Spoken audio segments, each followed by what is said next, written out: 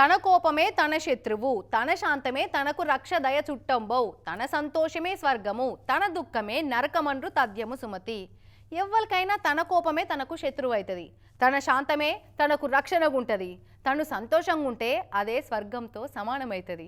అట్లా కాదని కోప్పడితే దుఃఖాన్ని చేతులారా తెచ్చుకున్నట్టే అవుతుంది, అదే నరకంతో సమానమవుతుందని పద్యంలో నీతి చెప్తుంది. చిన్నప్పుడు ఈ పద్యాన్ని చక్కగా అర్థం చేసుకున్నట్టున్నాడు తమిళనాడులుండే ఈ అసిస్టెంట్ ప్రొఫెసరు. ఇలువల గురించి పాఠాలు చెప్పే పంతుల్లో ఈ నడుమ ఇలువ తక్కువ పనులు చేస్తురు కదా. తమిళనాడు కడలూరు జిల్లా చిదంబరం కడవ షీక్పోయిన ప్రొఫెసర్ ఎసొంటి పొరంబోక్ పని చేసిండో చూడురి. కిరాణా షాపులో కారును తీసుకుపోయి ఎట్లా గుద్దిండో వీన్ బల్బ్ బండగోట. అన్నామలై యూనివర్సిటీలో కొలువు చేస్తున్న ఈ ప్రొఫెసర్ పొద్దుగాల చిల్లర సామాన్లు కొందామని కిరాణా దుకాణం పోయిండట. అయితే ఆడ ఏమైందో మరి దుకాణ పైన తోటి లొల్లైందట.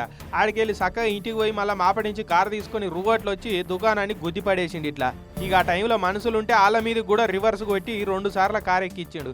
ఈ దెబ్బకు దుకాణంలో ఉన్న కౌంటరు సామాన్లన్నీ సత్యనాశ అయిపోయినాయి. ఇంతలనే చుట్టూనోళ్ళు ఉరుకొచ్చిరు.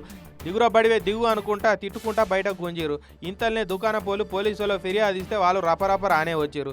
ఏమైందని అరుచుకొని కేసు రాసుకొని ఎంక్వైరీ చేస్తున్నాడు. ఇప్పుడు ఏ లోలైనా కూడా దుకాణంలో కారు తీసుకుపోయి గుద్దుడేంది, చదువు వస్తే ఉన్నమతి పోయినట్టు ప్రొఫెసర్కి అంత కోపం ఎందుకు? అర్జున్ రెడ్డి అనుకుంటున్నాడా ఎట్లా? దుకాణ పైన తప్పుంటే పోలీస్ స్టేషన్లో కేసు పెట్టవచ్చు అనే ఆప్షన్ ఉన్నది తెలుసా?